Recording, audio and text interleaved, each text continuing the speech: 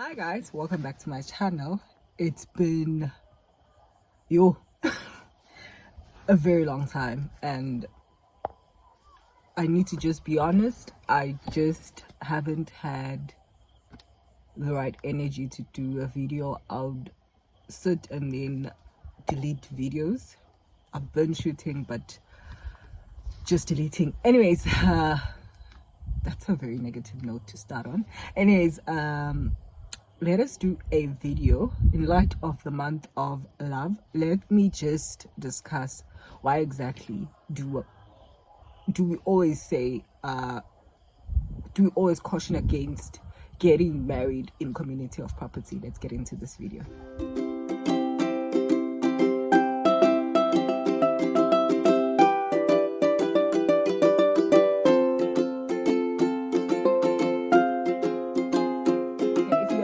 I'm AsandaNtini, and welcome back to my channel. Welcome to my channel. And yeah, I'm an admitted attorney, but please note that none of my videos constitute as legal advice. If you are looking for legal advice, please do consult with an attorney or a legal advisor, whichever one that you come across in their thingy, and just get your proper advice. This is just legal information. So chapter 3 of the Matrimonial Property Act speaks on getting married in community of property, basically on having a joint estate.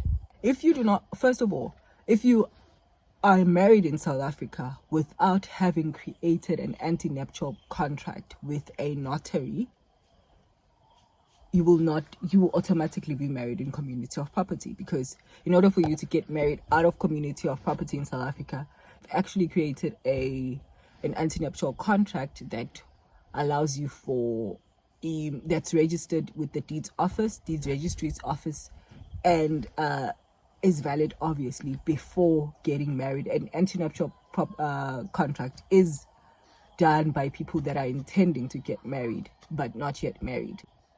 So in a nutshell, you do not go to an attorney once you've been married in order to do an anti-nuptial contract. You go to a notary or an attorney, whichever one that you are going to for advice, before the actual marriage takes place.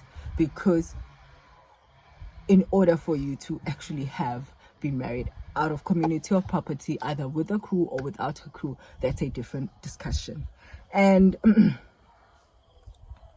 a short case I discussed this case. I recently had a talk and I was discussing this on the last vlog. I think I had shared that I'm going to be going somewhere, and I was doing a talk in a business seminar.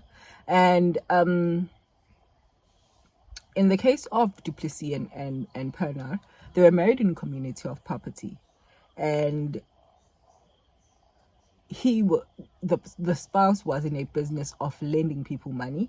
He was a sole proprietor, so his property would be affected by anything that happens to the business. The business got insolvent, and that meant that the joint estate was also insolvent. So what this means in a nutshell is that if you are married in community of property, if one of the spouses get insolvent, the joint estate becomes insolvent, and some of the items become privy to creditors taking them, which is why this case actually ended up in court, because one of the spouses had inheritance that they didn't want to form part of the joint estate, but the court said no.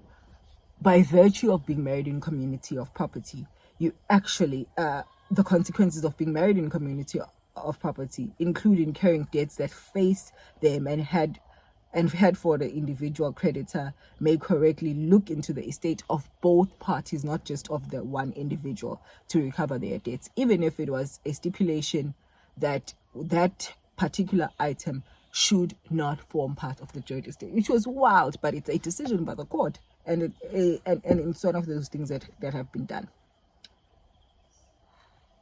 And also, I've had instances where people walk into my office and be like, I think my spouse went into debt review, which is one of the wildest things that these debt counselors are currently doing, not getting the necessary consent from spouses of people, or people not disclosing that they're married, because I think that's maybe one of the things that are actually going on, and they are getting away with it. And then that in turn, unfortunately, affects the the estate of the other spouse was not in debt review, simply because this one said, I want to be out of that. I want to be under administration, and you'll be affected if you are married in community of property. Further to that, it doesn't stop with the person being alive. If unfortunately your spouse predeceases you, the Administration of Estates Act clearly states that you also will be liable for debts incurred by their estate. So when we are winding up the estate, you will be responsible for 50% of the liabilities that are incurred by the estate. Further to that, if you are married in community of property, if you are married in community of property and the marriage ends up in a divorce, and the reasons for the said divorce include infidelity, it doesn't automatically mean that the person will lose their right to the joint estate benefit, but you have to prove by Section 9 of the Divorce Act that actually this person is not suitable a candidate or should forfeit their benefits because of this and this.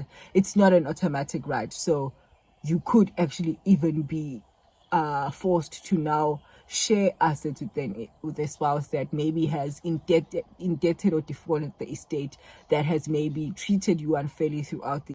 So as I was saying, if you are unfortunately abandoned by the fact that your spouse maybe has been in the wrong, you actually still have to prove to court that this person does not actually deserve to have part of the benefits that come from this marriage, because automatically they are actually supposed to get these benefits unless you obviously do a proper forfeiture application, and they would then forfeit their rights. Anyways, with that said, thank you so much for watching, and please remember that none of this video is legal advice. If you are looking for legal advice, please do go and consult, and for proper and lengthy individual advice, you will get to understand what is it that you are actually getting yourself into.